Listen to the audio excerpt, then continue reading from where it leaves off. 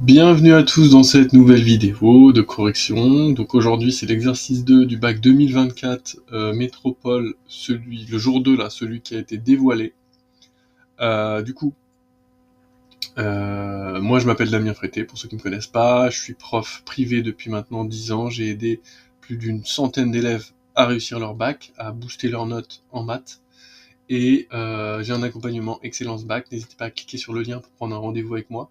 On fera ensemble un plan d'action sur comment faire pour booster vos résultats.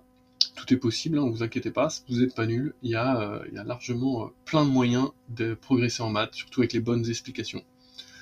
Il y a également un lien pour cliquer pour télécharger les 30 questions qui tombent tout le temps au bac. Ça vous permet de vous tester et de savoir si vous êtes prêt ou non. Et donc c'est parti pour cet exo qui est visiblement sur la géométrie dans l'espace. Hop.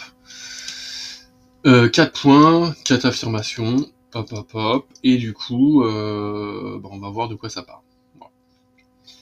Vecteur n, vecteur normal au plan. Prouver qu'un vecteur est normal au plan. Il suffit tout simplement de vérifier que le produit scalaire entre deux vecteurs du plan et ce vecteur normal, les deux produits scalaires doivent être nuls. Donc en gros, il faut qu'un vecteur soit normal à deux vecteurs du plan, deux vecteurs directeurs du plan.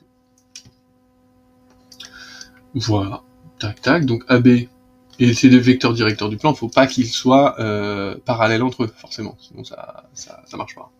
C'est pour ça qu'on va prendre AB, AC. Si un plan est défini par 3 points, ça veut automatiquement dire qu'il n'y en a pas de parallèle entre eux. Sinon, ça serait une droite. Hein. ABC. Voilà. Un plan avec trois vecteurs, deux vecteurs qui ont un point commun, qui sont parallèles, du coup c'est une droite. Donc AB, ça fait 6, 1, 5, moins 0, 4, moins 1. Et AC, 6, moins 2, moins 1, moins 0, moins 4, plus 1. Voilà.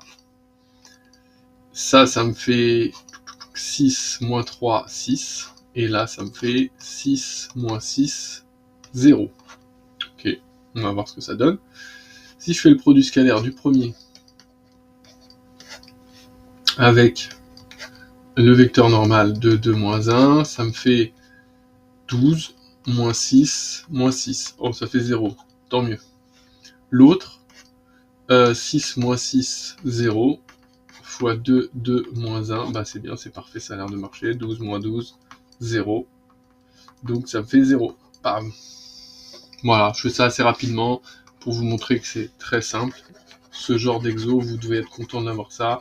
Vous devez assurer un max de points parce que déjà, les exos géométrie, pas de surprise. Okay. Faut connaître vos formules, faut connaître vos propriétés et c'est bon, normalement, il n'y a pas de souci. Et dans un exo affirmation, écoutez, affirmation 1, c'est vraiment très robotique, quoi. Une liste de questions que vous savez répondre. Une représentation paramétrique de la droite AB et machin. Parfait, vous savez faire des représentations paramétriques. Premier choix, soit vous remplacez A et B ici, et vous trouvez 3 fois T à chaque fois identique, soit vous faites une représentation de la droite A et B, vous vérifiez que c'est cohérent. Moi, tiens, pour une fois, je vais faire... je vais remplacer AB 2 fois. Voilà. Donc, je vais faire 0, 4, moins 1, donc c'est les coordonnées de A. Et 2 plus 2t, 3 moins t, 1 plus 2t. Et du coup, là, je passe le 2 de l'autre côté, ça me fait moins 2. Je vais écrire là. Ça me fait moins 2. Divisé par 2, ça fait t égale moins 1. Là, je passe le 3 de l'autre côté, ça me fait 1. Parce que 4 moins 3, ça fait 1. Et je divise par moins 1, ça me fait moins 1. Okay. Ensuite, je passe le 1 de l'autre côté, ça me fait moins 2. Je divise par 2, ça me fait moins 1. Hop, facile. Et je fais pareil avec B. B, c'est 6, 1, 5. 2 plus 2t, 3 moins t, 1 plus 2t. Je passe de l'autre côté, ça me fait 4. Divisé par 2, ça me fait 2. T égale 2. Je passe de l'autre côté, ça me fait moins 2. Divisé par moins 1, ça me fait 2. Je passe de l'autre côté, ça fait 4. Divisé par 2, ça fait 2. C'est vraiment easy, là, les gars. Là, c'est même pas niveau terminal, là, c'est niveau 3ème. Ok ? Du coup, affirmation 3, une équation cartésienne du plan P passant par le point C est orthogonale à la droite AB. Comment montrer qu'une équation de plan, ok, est Ah non, je pensais que c'était un et comme ça. Non, c'est EET. Donc il faut montrer que l'équation de plan machin passe bien par C et est orthogonale. Ok. Du coup, et est orthogonale. Donc faudrait montrer déjà qu'elle est orthogonale à AB. Ça va, c'est assez simple. Là, on a on a deux moyens. Soit on crée une équation de plan avec la droite AB et le point C, avec le coefficient directeur de la droite AB, le vecteur directeur de la droite AB, pardon. Soit on vérifie que ça marche bien. Donc moi, tiens, je vais faire, tu vois, comme là, ici, j'ai vérifié que ça marchait bien, et j'ai pas créé la droite, bah là, je vais créer l'équation de plan, et je vais pas vérifier que ça marche bien. Ça change un peu. Donc chaque fois, vous avez deux possibilités, quand même, c'est plutôt cool. Du coup, je vais utiliser le vecteur. Donc si elle est orthogonale à la droite AB, si le plan il est orthogonal à la droite AB, ça veut dire tout simplement que le vecteur directeur, donc là j'ai fait un plan, là j'ai fait une droite qui est perpendiculaire, donc orthogonale au plan, elle a un vecteur directeur, cette droite, bah du coup, ce vecteur directeur de la droite, il est normal au plan, forcément. Du coup, ça veut dire que je peux l'utiliser comme vecteur normal pour le plan. Donc le vecteur AB, je l'ai, il est là. Donc ça veut dire que je peux écrire une équation de plan, 6x moins 3y plus 6z plus d égale 0. Pour trouver d, je remplace par un point du plan, le point C, puisqu'ils me l'ont donné. Donc le point C, c'est 6 moins 2 moins 1. Donc je fais 6 fois 6, moins 3 fois moins 2, plus 6 fois moins 1, plus d égale à 0. Du coup, ça me fait 12, moins plus 6, moins 6, tac, tac, donc d égale moins 12. Hop là, trouver mon d égale moins 12. Je le remplace ici. Hop là, moins 12.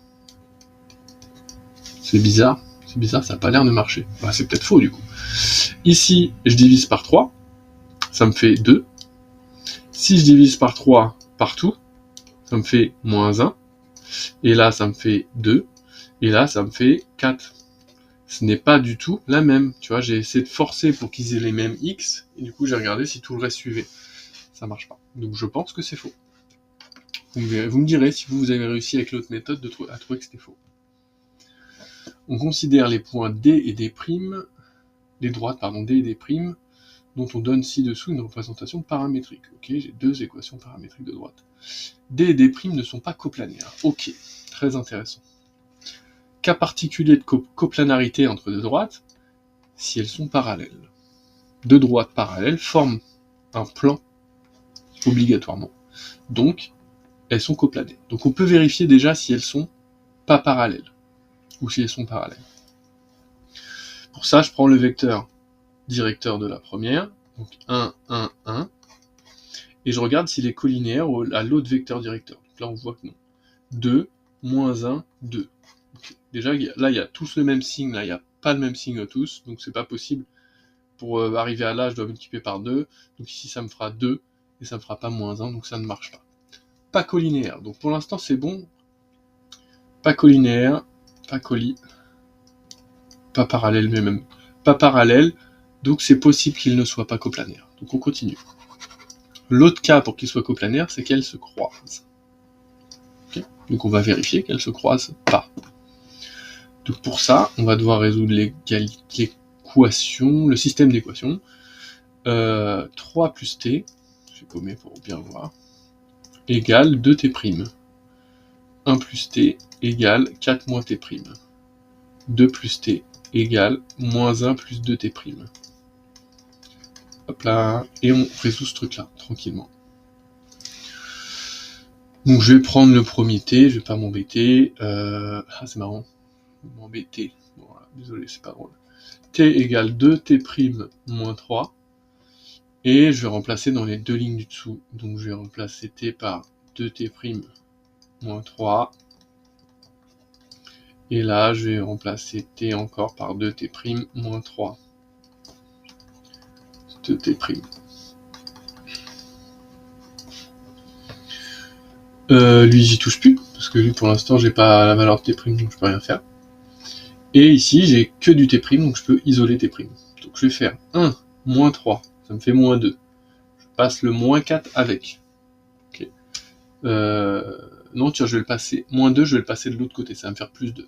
Ça va me faire de ce côté-là 6. Okay. Ici, le t', moins t', je vais le passer à gauche. Ça va faire plus t', donc j'ai 3 t'. Donc t' égale à 6 sur 3, égale à 2. Je fais pareil en dessous. 2 moins 3, ça me fait encore, ça me fait moins 1 cette fois-ci.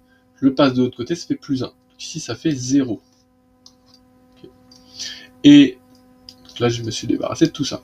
Et là, j'ai 2t' égale 2t', donc je vais passer t', 2t' de l'autre côté, ça va me faire 2t' moins 2t', ça va me faire 0 égale 0, ça fait un truc chelou. Okay. Donc à partir de ce moment-là, je peux me dire qu'il n'y a pas d'intersection. Voilà. On n'a pas réussi à trouver la solution à ce système. Donc, pas d'intersection. Donc là, il faut les imaginer dans l'espace. Tu vois, par exemple, là, on a l'impression qu'elles se croisent, mais là, elles ne se croisent pas. Et pas parallèle, donc pas coplanaire. Voilà, c'est bon. Voilà, si vous avez des questions ou si vous avez trouvé des choses différentes, vous n'hésitez pas à mettre un petit commentaire. N'hésitez pas à mettre un pouce bleu si ça vous a bien aidé, si ça vous a plu, si vous voulez que je vous en fasse d'autres. Abonnez-vous surtout, ça me soutient. Partagez ce contenu à vos potes, révisez ensemble devant ces vidéos. Et bon courage pour votre bac, les gars.